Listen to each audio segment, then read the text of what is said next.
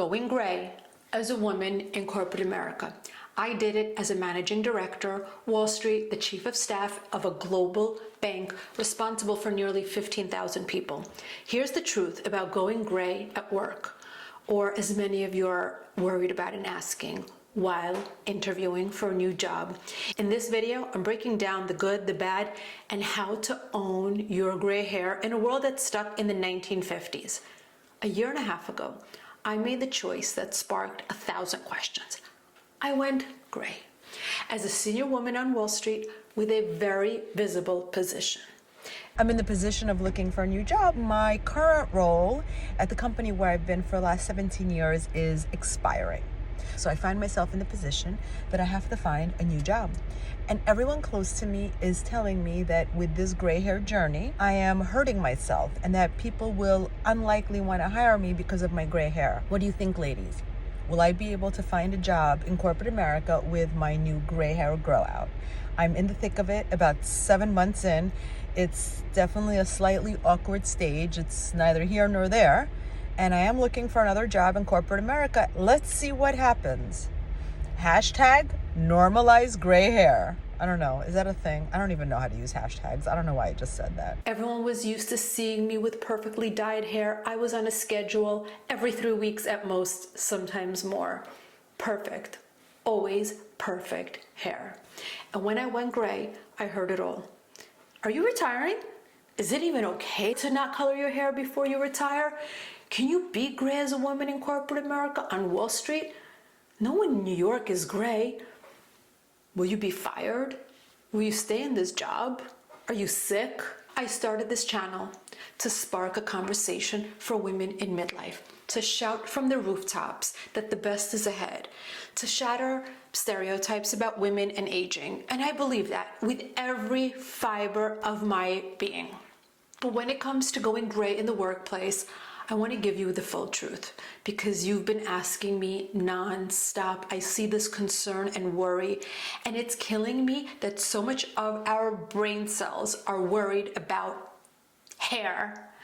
I'm going to give you the good and the bad. I hate making this video because parts of it will sound like we're stuck in the 1950s where women needed coiffed hair, a skirt, and a husband. It's gonna sound like I'm making it okay or I believe these things, which obviously I don't.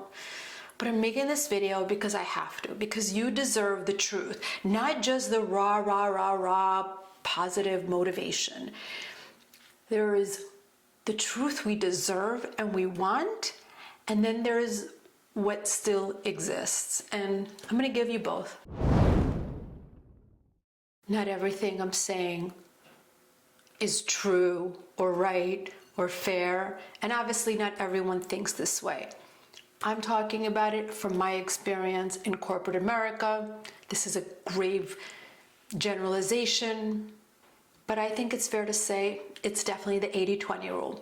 80% of the people think this way, that aging is decline and gray hair signals older. And in many workplaces and communities, older unfairly equates to less capable or nearing retirement, even when performance says otherwise. The loss of professional authority, or some colleagues, especially the younger males, women too, we may unconsciously associate gray hair with being past your prime or out of touch, reducing our influence in meetings, leadership roles, or strategy discussions. Bias in hiring and promotions is a real thing. Gray hair can trigger ageist assumptions, like whether you're energetic enough, tech savvy enough, or a long-term hire, making it harder to get offers or move up. Yes, there's a double standard, women versus men. I know this is frustrating. The minute I decided to go gray, I was in a very big meeting. A lot of men were in that room, and every single one of them were bald or had gray hair. And here I was in that meeting stressing out about getting in a hair dye appointment before a trip we were taking to Art Basel in Florida. It was that moment when I said, God damn it, I am wasting so much of my energy and brains on hair. I'm done. It's been a ride. So yeah, There are a lot of guys at work who are gray. They're everywhere. In fact, in my company, almost all the senior men naturally have gray hair. Senior women, they don't walk around with gray hair. And yes, once you go gray, no. Once I went gray, I had pressure to overcompensate. Women with gray hair feel the need to prove they're still relevant by staying hyper polished and overperforming or constantly updating our skills just to neutralize the visual bias. Basically, another reason we need to overcompensate. First, marriage and kids, I didn't want to be perceived as on mommy track, and now I'm worried about the stigma that I'm too old. There will be mixed reactions. Some colleagues will embrace your gray hair as a sign of confidence and authority. My opinion is that that is a minority. Most of them will harbor unconscious bias, associating it with aging or being out of touch. I'm going to tell you this story. I don't know if it's going to come out wrong, but I had a very senior boss at work. And he would always compliment me on something. He would notice things, not just me, with really anyone. I like to dress up at work and I'm constantly spending money on clothes and suits. I know, I'm sorry, I sound like I'm bragging, but I need to explain for the purpose of this story. And every time I'd come in a new dress or a shirt, or I got a haircut or new shoes or a bag, like, oh, I love the color orange on you, or red jacket is great, or really cool shoes. He noticed everything all the time. And when you color your hair and the white is coming in, it's not always the same color. Like sometimes it comes in a little darker, a little lighter, because your hair underneath is actually changing. And every time he'd make a comment, oh, your hair looks nice, you colored it, or oh, your hair's lighter, your hair's darker, non-stop comments about something. So how is it possible that when I walked into the office one day, completely gray, he said nothing? 5 years working together, constantly comments about something. He always noticed me and everyone else, men, women, it doesn't matter. But as close as we were, he never acknowledged or asked about my hair. That's how freaked out he was about it. I had a very good friend who was the head of HR. Before I went gray, woman to woman, I confided in her and I said, I'm really tired of coloring my hair. And she said, don't stop, Lena. Do not stop. This was the head of HR at a global bank, told me not to go gray. So ladies, I know I'm making you really mad and pissing you off, but that was my experience. But there's another side, of course. You knew there was going to be. Norms are evolving, and while stigma persists, I need to tell you the truth about that.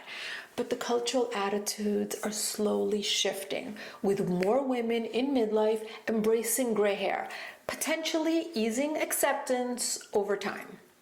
Also, it's possible to go gray at work like I did, because if you own your choice and you project confidence in your decision to go gray, your self-assurance can counteract that stereotype and set a positive tone for how others perceive you.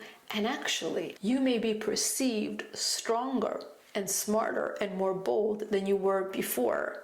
I would recommend, what I did. I definitely polished up my personal brand. I paired my gray hair with sharp, modern wardrobe. I focused on my colors. I focused on everything else, my professional demeanor, to signal that I'm current and engaged and countering assumptions about being dated. So I just want to explain that. And I'm really sorry, because I feel like all the things that I would tell a daughter if I had one, like focus on your brain, you're good enough just as you are, don't do things on the external to get acceptance. I have to tell you the truth, that at work, I had to play the game.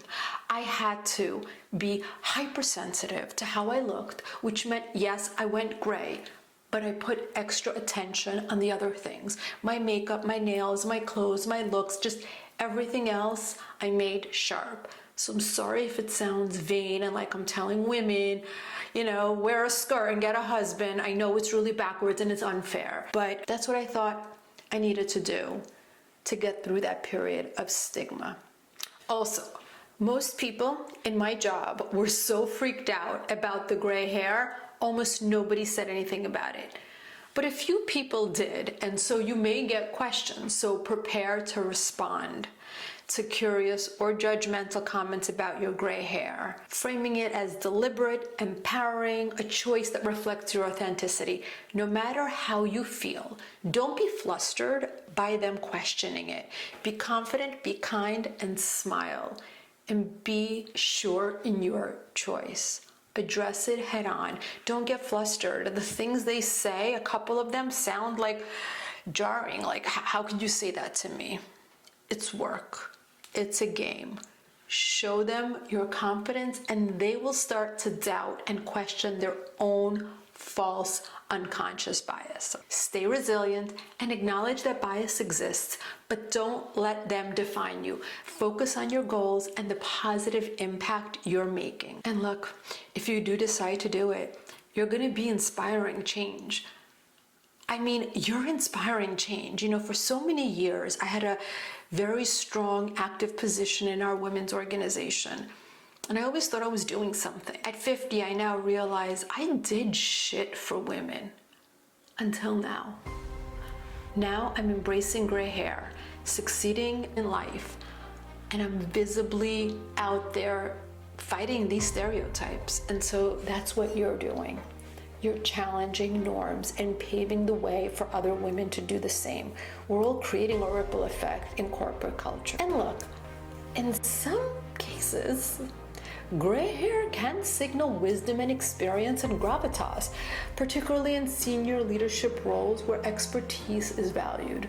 So when they see you, they may not be used to it, but when you show up bold and fierce, eventually that jarring shock that they're just not used to will go away. I'm sorry, ladies, I wish I could tell you it was an easy no-brainer. And for some it may be, and I really wish that for everyone. Here's how I want to end. Remember why you did it. If you went gray for freedom, ease, or authenticity, don't let the external noise shake you. I'm sorry I can't tell you. Of course, no problem, but I'm 100% telling you, you can do it. This journey isn't easy, and it's not goddamn fair. The world may try to dim your light, to whisper that gray hair means you're done, but you're not done. You're just beginning. And that's why I'm here, sitting with my silver hair, refusing to hide, refusing to shrink. Because this is bigger than hair. This is about claiming my power. This is about my place in the world in the future. So if you're standing at the mirror holding the die, wondering if the silver creeping in is the end of something, let me be clear. It is not the end. That silver isn't a surrender. This is the era of the unfiltered woman, the one who doesn't need approval to exist, who doesn't need to dye their hair to be defined, who doesn't need permission to go ahead. So go ahead, walk in with silver hair like it's silk and steel. Let them stare, let them question, then let your brilliance answer for you, because the future belongs to you. It's not easy and it's not fair, but hey, when over the last few thousand years has it ever been fair or easy for us? Yet, here you are, powerful, inspiring, and strong. We're done with their rules. So when they question your choice, when they dare to stare, meet their eyes with a spark and show them, yeah, I'm rare. This is our rebellion. Let them watch a woman who knows exactly who she is, because this isn't about hair. It's about freedom. It's about walking in as yourself, no mask, no filter, no apology, and still commanding the room. Gray hair isn't what's holding us back. It's what sets us apart. Speak like you've earned your voice, because you have. Lead like your story matters, because it does. This is your time. I wish you love and health and the courage to do what makes you happy and get through all the judgment around us, because I know you can.